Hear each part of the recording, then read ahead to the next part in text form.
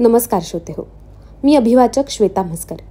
चला ऐकूया चपराक प्रकाशित आपल्या मुळांशी जोडलेल्या सोन्यासारख्या माणसांची गाथा. नानासाहेब खर्डे यांचे प्रेरणादायी आत्मकथन पाळं मुळं. हे आणि चपराकची इतर महत्त्वपूर्ण पुस्तके घरपोच मागवण्यासाठी shop.chaprak.com या संकेतस्थळाला अवश्य भेट द्या. पावसाळ्यातच तालुकास्तरीय क्रीडा स्पर्धा पार पडल्या. कबड्डी व खो खोचे मुलामुलींचे प्रत्येकी 2 संघ तालुक्याला गेले. फटांगरे सरांनी खो खोचा खूपच सराव करून घेतला होता. मागील वर्षाचं अपयश त्यांनी पुसून काढलं.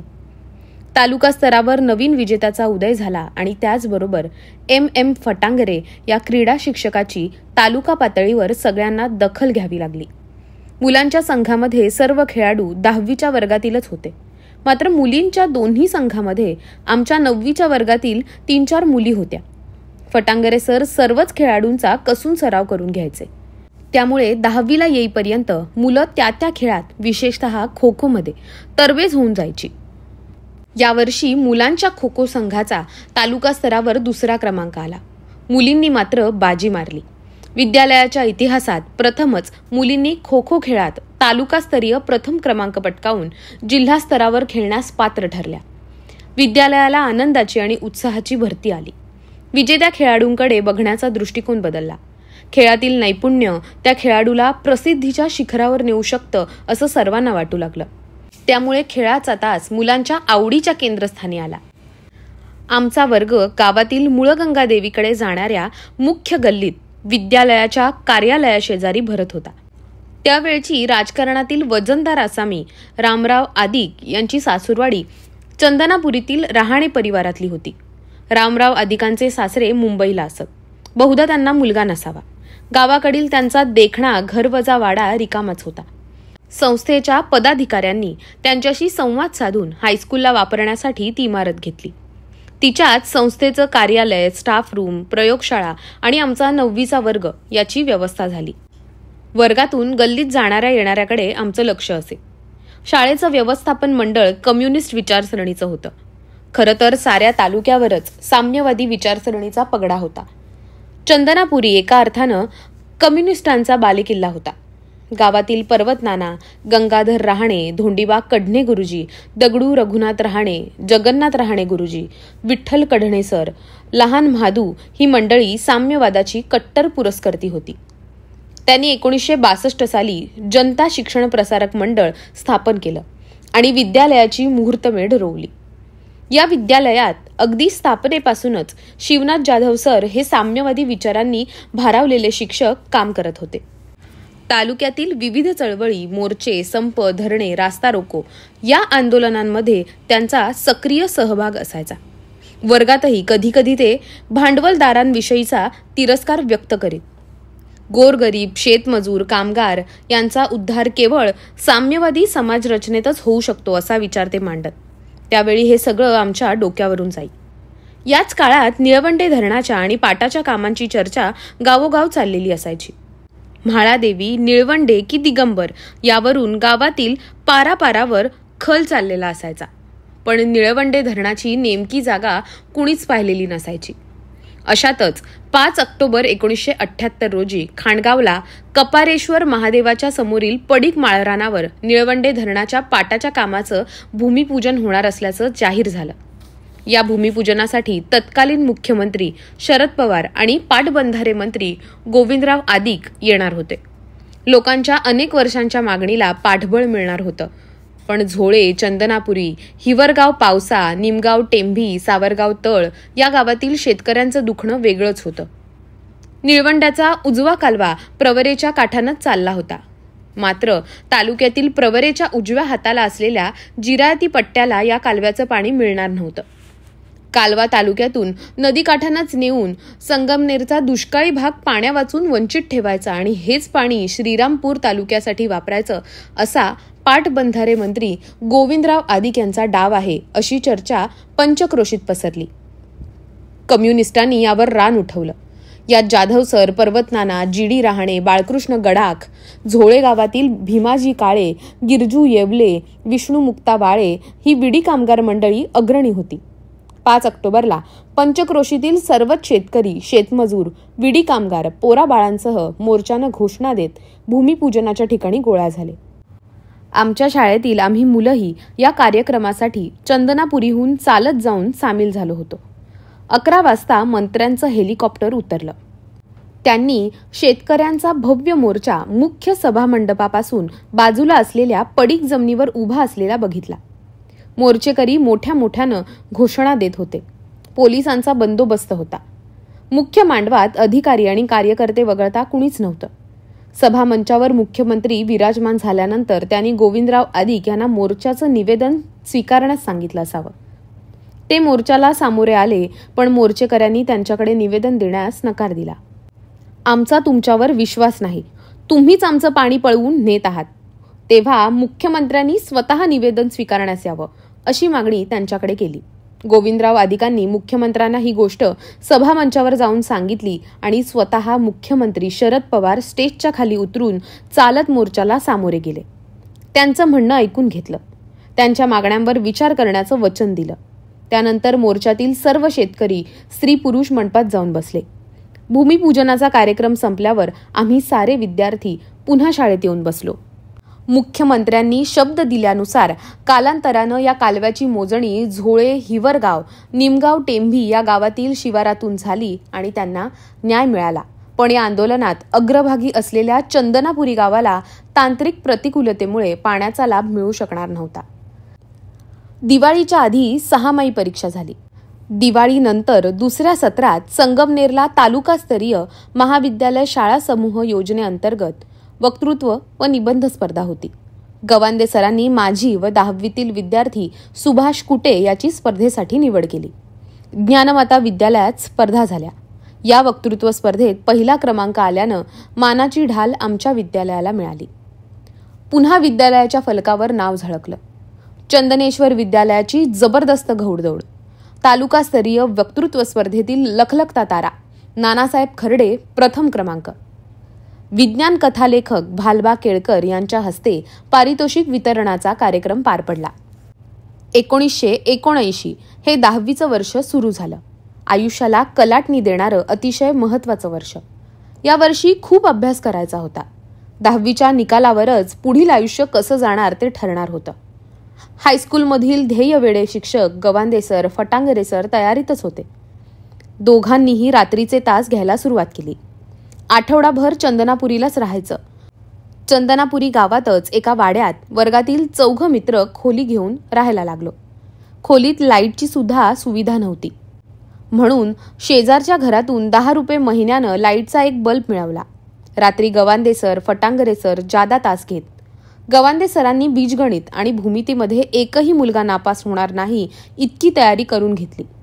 फटांगरे सरांनी इंग्रजीची भीती घालून तिचं रूपांतर आवडत्या विषयात केलं. या 2 विषयातच आम्ही जास्त गटांगळ्या खायचो. जेवणाचा डबा मळ्यातल्या मुलांबरोबर यायचा. पण पुढं मुलं डबा आणायला कंटाळा करू लागली. मग आई रोज 3.5 किलोमीटर चालत येऊन डबा पोहोच करायची. मला तिखट चालत नाही म्हणून 2 भाकरींच्या मध्येच ती गुळाचा खडा घालून देई. खोलीवर इतर मित्रांसोबत जेवताना गुळ भाकरी खाणं मला ओशाळवाणं वाटायला लागलं. म्हणून आईला सांगून गुळ बंद केला. घरी पातळ कालवण द्यायला एकच जर्मनचा डबा होता. म्हणून पातळ कालवण दिवसाआड येई. सकाळी आलेली भाकरी 11 वाजता आणि रात्रीच्या जेवणासाठी उपयोगाला यायची. 4 मित्रांपैकी रामदास विठोबा रहाणे 2 वेळा घरी जेवायला जायचा. भाऊसाहेब सरोदेचा भाऊ त्याचा डबा शाळेत येताना घेऊन यायचा. त्याचे वडील सोसायटीत सेक्रेटरी असल्यानं घरातील वातावरण बरं होतं. त्याचं राहणीमानही टापटीप असायचं.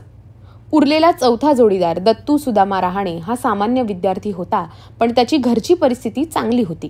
त्याला पैशाची ददात नव्हती. आम्ही दोघं चांगले मित्र होतो. दत्तूचं कालवण शेंगदाणा आणि तेल घातलेलं असायचं.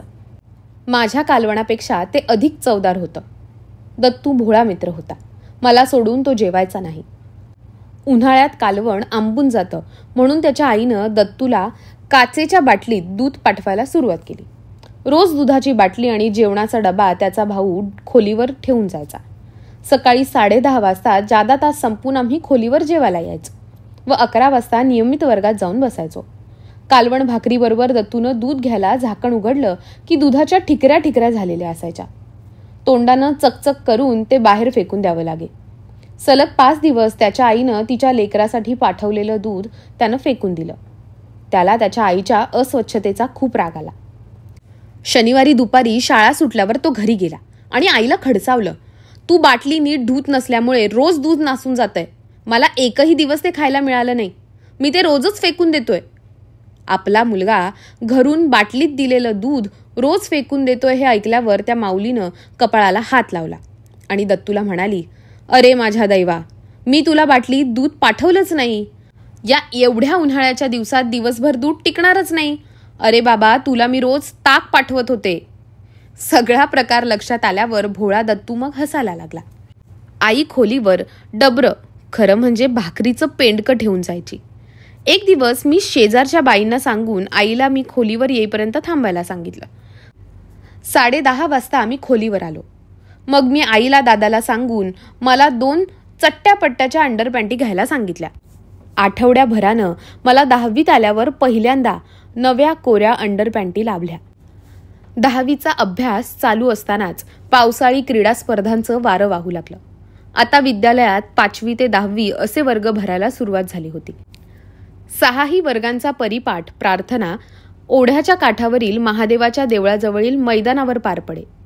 परिपाठ झाला की प्रथम 5वीचा वर्ग गावातील त्यांच्या शाळेकडे जायला निघे. सगळ्यात शेवटी आमचा वर्ग असे. याच मैदानात खो खो आणि कबड्डीचा सराव दुपारपर्यंत होई. पावसाळा असल्यानं मैदान ओलसर असायचं, पण फटांगरे सर सरावात खंड पडू द्यायचे नाहीत. पळण्याचा स्टॅमिना वाढवण्यासाठी सरांनी सर्व वर्गाला गावच्या दक्षिणेकडील हायवेजवळच्या शेतात नेलं. नांगरलेल्या ढेकळात आमचा पळण्याचा सराव करून घेतला. आमच्याबरोबर तेही पळत, मग आम्हाला हुरूप येई. यावर्षी आमचा चांगला सराव झाला. मुलांचा आणि मुलींचा एकत्रित सराव असायचा. खो खोमधील आक्रमण करताना सारे डावपेच, डाम मारणे, टाच काढणे, जंप घेणे, याशिवाय बचाव करताना 3-6-9, झिगझॅग, ट्रॅक ट्रिक यामध्ये आम्ही निपुण झालो. फटांगरे सरांनी यावर्षी तालुका पातळीवरील मुला-मुलींच्या दोन्ही संघाचं विजेतेपद मिळवण्याचा जणू निश्चयच केला होता. पावसाळी स्पर्धांची तारीख जाहीर झाली. ज्ञानमाता विद्यालयाच्या मैदानावर कबड्डी आणि खो खोच्या स्पर्धा होणार होत्या. आमचा कसून सराव सुरू असतानाच स्पर्धेच्या 2 दिवस आधी सरावाच्या मैदानात सरांनी सर्वांना एकत्र केलं. सर्वांसमक्ष सांगितलं की नाना खर्डे कबड्डी संघात आहे, पण कप्तान नाही. अर्थात मला अपेक्षाही नव्हती, कारण दोन्ही खेळात माझ्यापेक्षा अधिक चांगलं खेळणारे खेळाडू सामील होते. त्यानंतर त्यांनी अनपेक्षितरित्या खो खोचा मुला-मुलींचा संघ जाहीर केला आणि त्याबरोबरच माझी मुलांच्या संघाच्या कप्तानपदी निवडही जाहीर केली. मी खूप आनंदी झालो. वस्तुतः सरांचा हा निर्णय माझ्या आयुष्याला वळण देणारा ठरला. नेतृत्व गुण विकसित होण्यासाठी आणि आपण नेतृत्व करू शकतो हा आत्मविश्वास येण्यासाठी या निर्णयाने माझ्या आयुष्यावर दूरगामी परिणाम केला. पुढे जाऊन निळवंडे धरणाचं प्रत्यक्ष बांधकाम करताना सलग 16 वर्ष आणि पिंपळगाव खांड धरणाचं काम सलग 9 वर्ष एकहाती मार्गी लावताना नेतृत्व गुणांचा आणि संयम चिकाटीचा कस लागला. फटांगरे सरांनी माझ्यात अर्थात जिंकण्याची ईर्ष्या निर्माण केली. त्याबरोबरच शेवटच्या क्षणापर्यंत हार मानायची नाही अशी जिद्द मनात आणि शरीरात रुजवली. खेळातील खिलाडू वृत्तीचा जगताना पदोपदी उपयोग होऊ लागला. या छोट्या छोट्या स्पर्धांमधील यशानं व अनुभवानं जीवनाला आकार दिला. संगमनेरच्या ज्ञानमाता विद्यालयाच्या क्रीडांगणावर तालुका स्पर्धा झाल्या. मागील वर्षी आमचा मुलींचा खो खो संघ अव्वल स्थानी होता. यावर्षी त्याची पुनरावृत्ती झाली. मुलांच्या खो खो संघानं सह्याद्री विद्यालयाची आजवरची मक्तेदारी संपवली आणि आम्ही खो खो स्पर्धेत अजिंक्य ठरलो आणि चंदनेश्वर विद्यालयाच्या क्रीडा इतिहासात पहिल्यांदाच मुलांनी प्रथम क्रमांक मिळवला. कप्तान म्हणून माझं यश अधोरेखित झालं. वास्तविक माझ्यासारखेच 5-5 मिनिटं बचाव करणारे खेळाडू संघात असताना फटांगरे सरांनी माझ्या गळ्यात कॅप्टन पदाची माळ टाकली होती. त्यांची ही छोटीशी कृती माझ्या आयुष्याचं सोनं करून गेली. क्रीडा स्पर्धामधील यशाच्या कौतुकाचा सप्ताह संपला. पुन्हा जोमानं अभ्यासाला झोमलो. गवांदे सरांनी मुलांचा ताबा घेतला. दिवस रात्र त्यांनी एक केला. माझ्याकडून त्यांनी खूप अपेक्षा ठेवल्या, त्यासाठी प्रयत्नही केले. ग्रामीण भागातील विद्यार्थी बोर्डाच्या पहिल्या 50च्या यादीत आणण्याचं स्वप्न ते माझ्यात पाहू लागले. फटांगरे सरांनी इंग्रजी ग्रामरचा कीस पाडला. इंग्रजीत आता नापास होणं अवघड वाटू लागलं. इतक्या वर्षांनी मागं वळून पाहताना असं वाटतं की या 2 शिक्षकांनी जेवढी मेहनत इंग्रजी, बीजगणित, भूमिती, भौतिक, रसायन, जीवशास्त्र या विषयांसाठी घेतली, तेवढीच तयारी मराठी, हिंदी, समाजाभ्यास या विषयांच्या शिक्षकांनी घेतली असती तर कदाचित मी पुणे विभागात पहिल्या 50त आलोही असतो. विशेषतः मराठी हा विषय माझ्याकडून फारच कच्चा राहिला. त्याला जेमतेम 62 गुण मिळाले. 6 मई परीक्षा झाली. सगळ्या विद्यालयाला दिवाळीची सुट्टी लागली. खोलीवर अभ्यास करणारे 10वीचे विद्यार्थीही सणासाठी आपापल्या घरी गेले. मी मात्र अभ्यासासाठी खोलीवरच थांबलो. फक्त एक दिवस मी झोळ्याला वस्तीवर जाऊन आलो. गवांदे सर कुटुंबासह गावातच राहत होते. त्यांनी मला सुट्टीत घरी जाणार नाहीस का याबद्दल विचारलं असता मी त्यांना म्हणालो, सर, दिवाळी पुन्हा पुन्हा माझ्या आयुष्यात येत राहील, पण हे 10वीचं वर्ष माझ्या आयुष्यात यानंतर पुन्हा कधीच येणार नाहीये. मी यावर्षी अभ्यास केला नाही तर यापुढच्या माझ्या सगळ्या दिवाळ्या अंधारातच जातील. तेव्हा मी घरी न जाता इथंच खोलीवर अभ्यास करणार आहे. दिवाळी सुट्टीनंतर शाळा पुन्हा उघडली. फटांगरे सर, गवांदे सरांनी तालुक्यातील इतर विद्यालयांतील तज्ज्ञ विषय शिक्षक आमच्यासाठी उपलब्ध करून दिले. सराव परीक्षांचा रतीब घातला. ते दोघंही चंदनापुरी गावातच राहायचे, त्यामुळे आमच्यावर त्यांचं पूर्ण लक्ष आणि नियंत्रण होतं. दोघांविषयी गावात खूप आदर होता. या दरम्यान 1980 सालचा प्रजासत्ताक दिन आला. ग्रामपंचायतीच्या ध्वजस्तंभावर जिल्हा परिषद प्राथमिक मराठी शाळा, ग्रामपंचायत आणि चंदनेश्वर विद्यालयाच्या संयुक्त ध्वजवंदनाच्या संचालनासाठी फटांगरे सरांनी माझी निवड केली. प्रमुख पाहुण्यांना सन्मानानं ध्वज फडकवण्यासाठी आमंत्रित करणं व इतर कार्यक्रम पार पाडणं ही माझ्यावरची प्रमुख जबाबदारी होती. 2 दिवस आधी फटांगरे सरांनी मला कार्यक्रमाची रूपरेषा समजून सांगितली. याशिवाय संचालनाचा सराव करून घेतला. प्रत्यक्ष कार्यक्रमाच्या दिवशी विविध घोषणा, कवायतींचे आदेश, जनसमूहाला आवश्यक सूचना, पाहुण्यांना ठराविक साच्यातील देहबोलीसह झेंडा फडकवण्याचं निमंत्रण या गोष्टी यथासांग पार पडल्या. कुठेही न्यून अथवा चूक होणार नाही याची दक्षता घेतली. कार्यक्रम यशस्वी झाल्यानंतर सरांनी मला शाबासकी दिली. मला उगीचच 7वीला असताना घडलेल्या प्रसंगाची आठवण झाली. माझ्याच 2 शिक्षकांमधील फरक ठळकपणे अंतर्मनात मी जाणून घेतला. याच दरम्यान मी एकदा खोलीवर आजारी पडलो. तापानं फणफणल्यामुळे सकाळच्या जादा तासांना आणि नियमित वर्गातही मला बसता आलं नाही. बहुधा गवांदे सरांनी ही गोष्ट गवांदेबाईंना सांगितली असावी. दुपारी 4:30 वाजता बाई एका ग्लासात चहा, बिस्किट आणि क्रोसिनची गोळी घेऊन माझ्या खोलीवर आल्या. मी गोधडी अंगावर घेऊन सुम पडलो होतो. त्यांनी नाना, ए नाना म्हणून हाका मारल्या. मी अर्धवट ग्लानीतच होतो. त्यांनी हळूच तोंडावरील पांघरूण बाजूला करून मला उठून बसायला सांगितलं. मी हंतरुणातच उठून बसलो.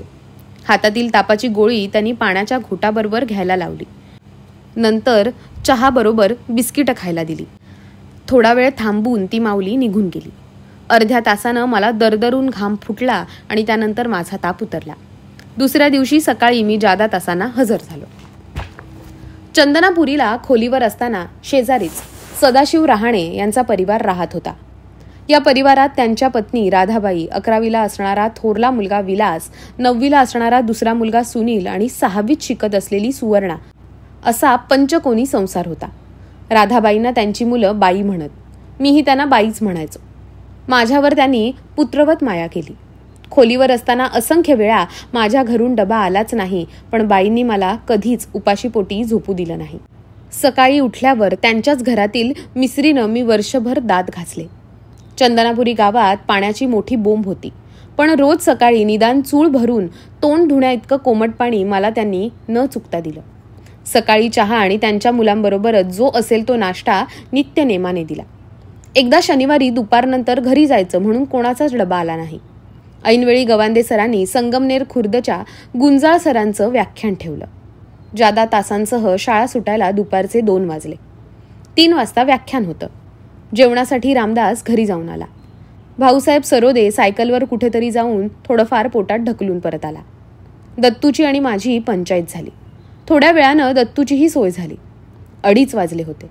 सकाळची शाळा असल्यानं पोटात अन्नाचा कण नव्हता. कोणाचीही डबा आणण्याची सुतराम शक्यता नव्हती. रात्रीच्या शिळ्या भाकरी दुसऱ्या दिवशीची सुटी गृहीत धरून कुत्र्याला टाकल्या होत्या. शाळेत मी हुशार होतो, लाडकाही होतो. मला मित्रही होते, पण वेळ आल्यावर कुणीच उपयोगाला आलं नाही. जो तो आपली सोय पाहून निघून गेला. एवढ्यात शेजारचं दार उघडल्याचा आवाज आला. मी कान टवकारले आणि पटकन बाहेर येऊन बघितलं. सुवर्णा होती. माझा हिरमोड झाला. तिच्या सांगण्यानुसार नेमकं आज बाई सकाळीच संगमनेरच्या बाजाराला गेल्या होत्या. 2-3 वेळा खोलीच्या दारात उभं राहून बाईच्या घराकडे आशाळभूत नजरेनं बघितलं, पण गृहस्वामींनीच घरात नसल्यानं परत आत येऊन बसलो. चंदनापुरी गावात शेकड्यानं उंबरा होता. तोंडातून शब्द काढला असता तर आनंदानं कोणीही जेव घातलं असतं, पण गरीब फार मानी असतो म्हणतात. मी सोडून सगळ्या जगाला माझी गरिबी उघड्या डोळ्यांनी दिसत होती, पण मी मात्र ती स्वीकारायला तयार नव्हतो. तोंडातलं पाणी गिळत खोलीवर बसलो होतो. हातात पुस्तक घेऊन वाचायचा प्रयत्न केला, पण खपाटीला गेलेलं पोट डोळ्यांना वाचू देईना. 3 वाजत आले. अंगात शर्ट घालून निघण्याची तयारी करत होतो. इतक्यात बाई बाजारच्या पिशव्या घेऊन त्यांच्या घराकडे जाताना दिसल्या. लगबगीनं मी दरवाजात आलो. माझ्या अपेक्षेनुसार त्यांनी आज शनिवार असून एवढा वेळ खोलीवर का आहेस याची चौकशी केली. माझ्या जीवात जीव आला. मी याचीच वाट पाहत होतो. बाईला मी सविस्तर इतिहास सांगितला. मग बाईने मला लाख मोलाचा प्रश्न केला. नाना, तू काही खाल्लंय का? मी बुद्धीनं विचार करायच्या आधीच माझ्या शरीरानं नकारार्थी मान हलवली. मग बाईनं मला आत नेलं. टोपल्यातील भाकरी आणि पातेल्यातील कालवण एका ताटात देऊन माझा जठराग्नी शांत केला. त्या दिवशी माझ्या पोटात थोडंफार अन्न गेलं नसतं तर मी वेडा झालो असतो असं वाटून गेलं. या जगात अन्ना इतकी महत्वाची कुठलीच गोष्ट नाही याची मला प्रकर्षानं जाणीव झाली. आपल्या परोक्ष मला कुणीच खाऊ घातलं नसेल याची आणि रक्तनात्याचा संबंध नसतानाही माझी रोजची काळजी ही माऊली का बरं घेत असेल? जगात देव नाही तर मग ही देव माणसं कोण निर्माण करतं? यावर्षी काही कारणांमुळे महाविद्यालय शाळा समूह योजनेच्या वक्तृत्व आणि निबंध स्पर्धा झाल्या नाहीत, पण विद्यालयातील आंतरशालेय स्पर्धा पार पडल्या. अपेक्षेप्रमाणे वक्तृत्व, निबंध, हस्ताक्षर या स्पर्धांमध्ये प्रथम क्रमांक पटकावला आणि कबड्डी, खो खो या सांघिक स्पर्धेत 10वीचा पहिला नंबर आला. दोन्ही संघाचा मी अविभाज्य घटक होतो आणि खो खो संघाचा संघनायकही होतो.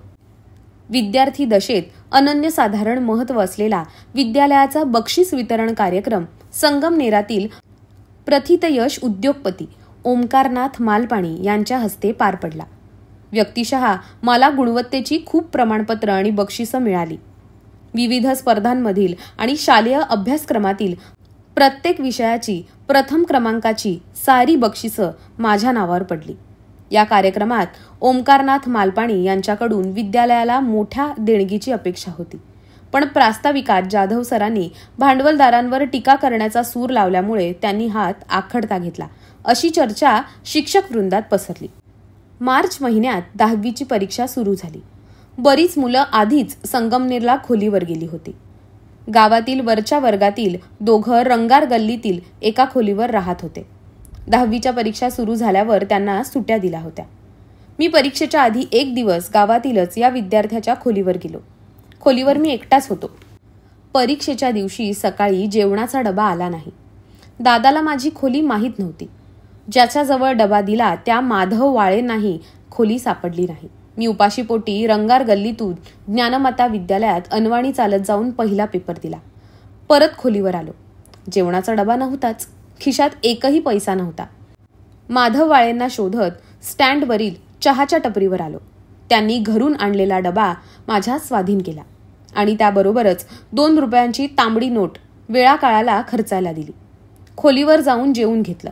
त्या दिवशी भाकरीची चव इतर दिवसापेक्षा अधिक प्रिय वाटली.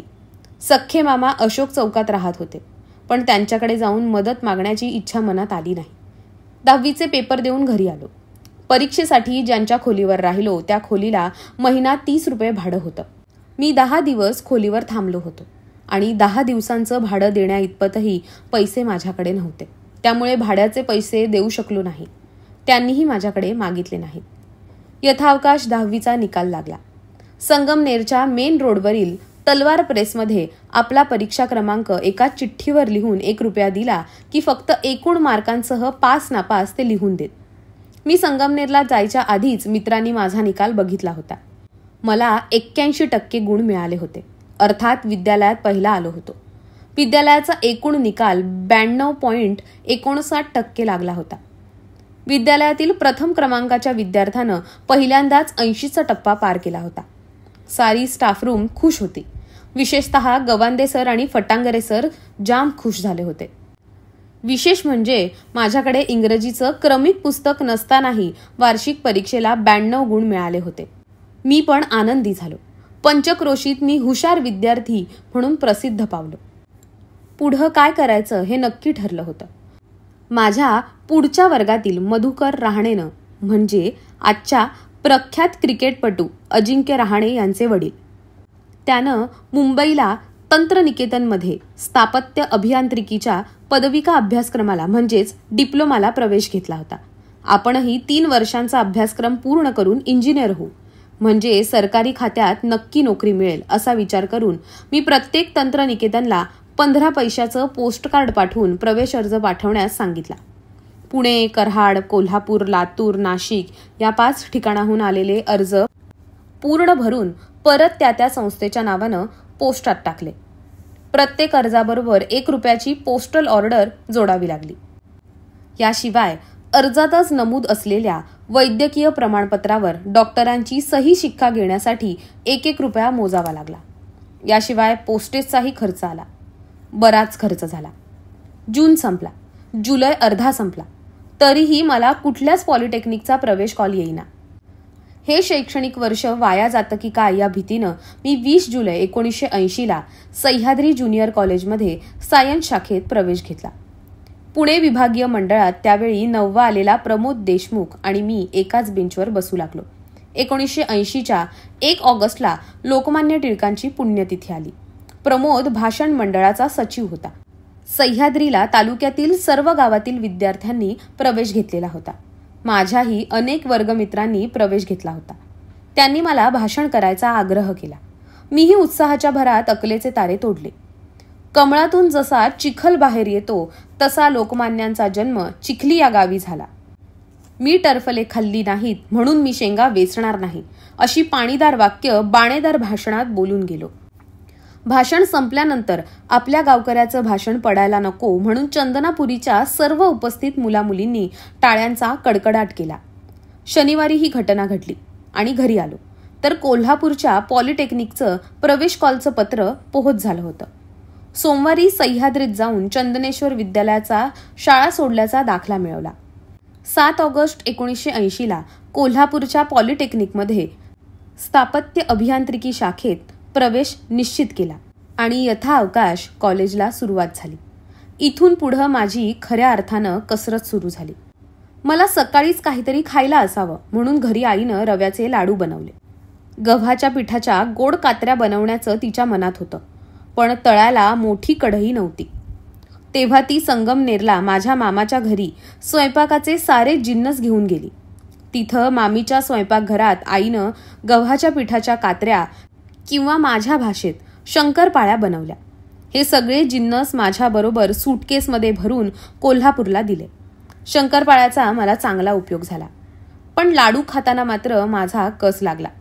लाडू बनवताना त्यात खूपच कमी तूप अर्थात डालडा टाकला असावा, त्यामुळे ते 4-5 दिवसात दगडासारखे टणक आणि न फुटणारे बनले. माझ्या दातांनी खायचा खूप प्रयत्न केला, पण लाडवांनी दाद दिली नाही. सगळेच लाडू आपल्या घटक पदार्थांची प्रामाणिक राहिले आणि एकही मला फुटीर झाला नाही. उभ्या खडकावर जेसीबीच्या बकेटनं खोदाई करायला जावं, पण खडक न तुटता बकेटच्या दातांचं निशाण तेवढं खडकावर उमटावं, अगदी तसंच या लाडूंवर माझ्या दाताचं चिन्ह उमटायला लागलं. शेवटी संध्याकाळी कॉलेजवरून येताना रस्त्यावरून मी दगडाचा गोटा वसतिगृहात घेऊन आलो. सकाळी बाथरूममध्ये स्वच्छ धुवून फरशीवर वर्तमानपत्राचा कागद पसरवून त्यावर लाडू आणि गोटा यांची भेट घडवून आणली. यामुळे लाडू तुकड्या तुकड्याच्या रूपानं मी भक्षण केला. पण एकही लाडू फेकून मात्र दिला नाही.